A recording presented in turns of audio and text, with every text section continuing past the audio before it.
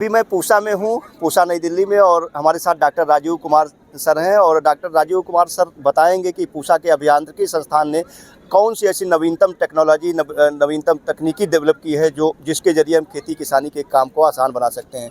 एक सामने मशीन दिख रही है, आइए जानते हैं सर से एक कौन सी मशीन है और किस तरीके से किसानों के काम आने वाली है।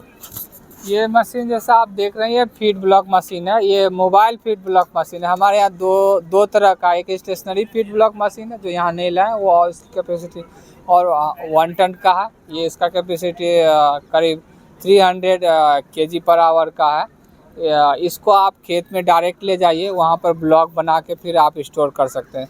हार्वेस्टिंग के थ्रेसिंग के बाद, गेहूँ का थ्रेसिंग करने के बाद आप उसको कंप्रेस कर सकते हैं 7 टाइम्स। उसके साथ आप मोलासेस मिला दीजिए ताकि उसका न्यूट्रिएंट वैल्यू बढ़ जाता है और उसका थोड़ा कंबाइन होने का कैपेसिटी भी जो है दूसरे से वो ज़्यादा हो जाता। तो ये मोबाइल फीड ब्लॉक मशीन है। सर, जो एनजीटी की एक बड़ी चिंता है फसल अवशेष प्रबंधन की, नेशनल ग्रीन ट्रिब्यूनल की, तो क्या ये जो फसल का अवशेष किसान खेत में जला देते हैं उससे निजात दिलाने में हाँ, उससे ऑब्वियसली उससे निजात दिलाने में ये बहुत सहायक है।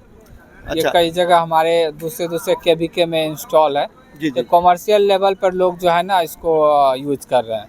सर, अगर इसकी कीमत की बात करें तो लगभग किसानों को कितने की कीमत में मिलने वाली है? जैसा कि ये देख रहे हैं इसका 6 लाख रुपया है। हमारा स्टेशनरी है उसका करीब 8 लाख के उससे अबव है। अच्छा, तो ये किस तरीके से काम करता है सर? ट्रैक्टर से संचालित होगा या इंजन से? नहीं, ये इंजन से संचालित, ये जो है ना हाइड्रोलिक पावर से संचालित है। ये ट्रैक्टर से हाइड्रोलिक मोटर चलेगा और मोटर से जो है ये हाइड्रोलिक जो है ना हाइड्रोक्लिक प्रेस करेगा उसको, और उसका डेंसिटी बढ़ जाएगा और उसका वॉल्यूम घट जाएगा।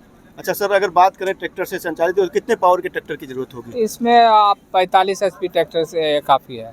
सर, एक और मशीन दिख रही है सामने जो है गेहूं की गहनता पद्धति को लेकर के लिखा हुआ है, तो ये किस तरीके से किसानों के लिए लाभ करता है? ये SWI प्लांटर, ये काफ़ी नवीनतम मेथड है। SWI मेथड बोलते हैं। जैसे आप हर फसल को आप प्लांट टू प्लांट और रो टू रो स्पेसिंग रहता है तो उसमें अच्छा टिलरिंग होता है, सनलाइट अच्छा मिलता है, एरेशन अच्छा मिलता है।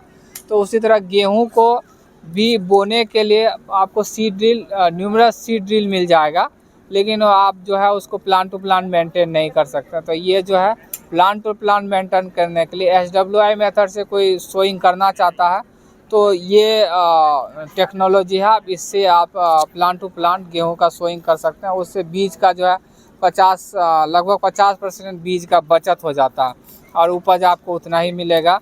और फर्दर जो है सोइंग के बाद आप मैकेनिकली वीडिंग करना हो, मैकेनिकली स्प्रेइंग करना हो और भी फर्टिलाइजेशन करना हो तो वो मैकेनिकली आप इजीली कर सकते हैं।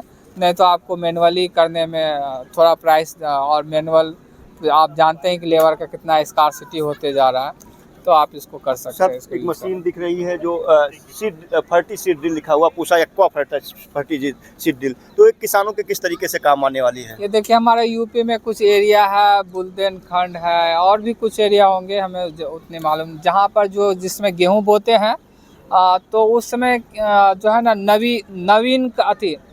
नमी का जो है ना सॉइल में कमी होता है। सॉइल मॉइस्चर जो है कम रहता है तो जर्मिनेशन ठीक से नहीं होता।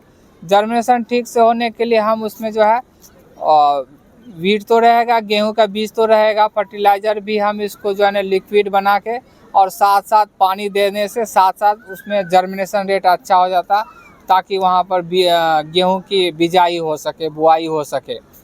जी सर, तो अगर इसके पावर की बात करें कितने हार्स पावर? ये 45 HP ट्रैक्टर से चल जाता है। अच्छा, इसके साथ साथ गेहूं के साथ कौन कौन से उर्वरक इसके साथ दिए जा सकते हैं सर? जो DAP देते हैं, यूरिया देते हैं, पोटास देते हैं, वो सभी आप मिक्स करके इसमें दे सकते हैं ग्रेनुलर। इस मशीन का इस्तेमाल किसान भाई केवल गेहूं के लिए करेंगे और दूसरी फसलों? नहीं, ये गेहूं के लिए बनाया गया है, गेहूं के लिए है। अच्छा, तीसरी जो एक और मशीन दिखाई पड़ रही है सर, UN एप्लीकेटर, ये किस तरीके से काम करती है और किस उपयोग में लाई जाती है? ये जो है हम आजकल जो है आप लिक्विड फर्टिलाइज़र होता है उसका एफिशिएंसी ज़्यादा होता है कंपेयर टू जो ग्रेनुलर फर्टिलाइज़र होता है, दानेदार फर्टिलाइज़र होता है। तो उसको यदि यूज़ करना है गेहूं के बुआई में तो आप इस मशीन का उपयोग कर सकते हैं। आप लिक्विड फर्टिलाइज़र को इस टैंक में रख दीजिए और पीछे जो है सीड रख दीजिए और दोनों एक साथ जो है ना बुआई आप कर सकते हैं। इससे आपका फर्टिलाइज़र का बचत हो जाएगा।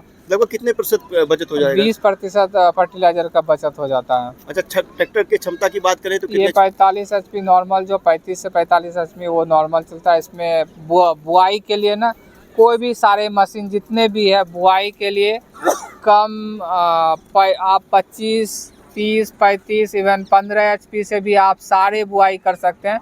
यदि आप बेड नहीं बना रहे हैं इन जनरल, यदि आप बेड बना रहे हैं, सॉइल को यदि आप उसको हैंडल कर रहे हैं, तभी ज़्यादा पावर का ज़रूरत पड़ता है। आप बना बनाया खेत में यदि आप सोइंग कोई भी इम्प्लीमेंट यूज़ कर रहे हैं तो इनफ है। जनरल हमारे इंडिया में जो 35 HP का ट्रैक्टर है वो इनफ है बुआई के लिए। अच्छा सर, पूसा लहसुन प्लांटर, लहसुन किसानों के लिए बड़ी समस्या होती है, मानव श्रम बहुत ज़्यादा लगता है, तो मानव श्रम को कैसे कम करता है?